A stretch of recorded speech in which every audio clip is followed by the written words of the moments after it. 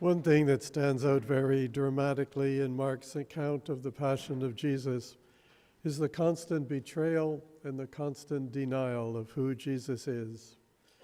It begins with Judas, continues with Peter, and then all of the disciples abandon him. And St. Mark, I think, points this out as a reminder to all of us that we are all responsible for the death of Christ and we have all betrayed him. But there is always hope. Jesus died for sinners. And since we are sinners, we qualify for salvation and redemption.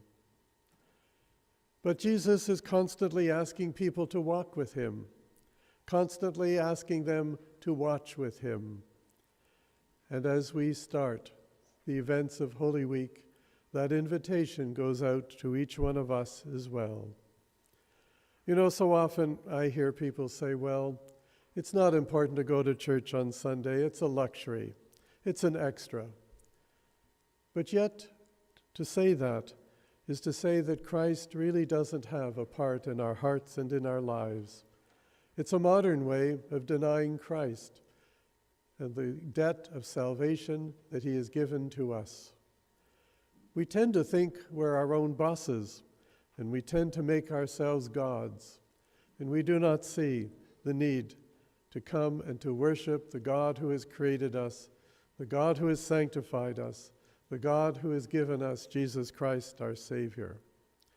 But in a very particular way, in the last 3 days of this week, Jesus extends that same invitation to us to watch and to journey with him.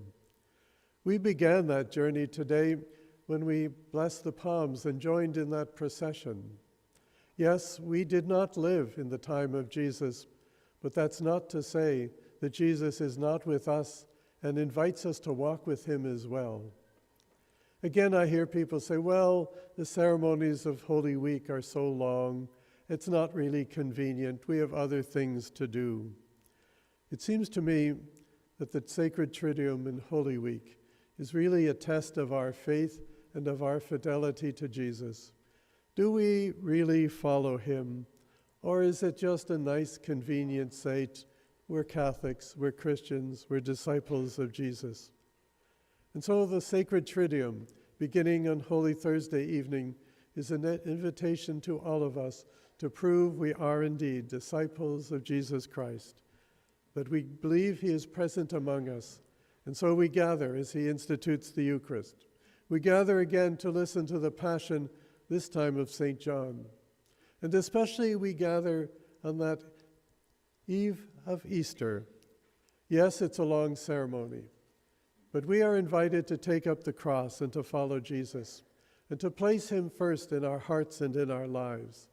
The Triduum becomes an opportunity for the whole parish to engage in a spiritual retreat, to renew our allegiance to Christ, and not to be like the crowds that greeted and cheered him with hosannas one moment, and then the next day shouted, "Crucify him."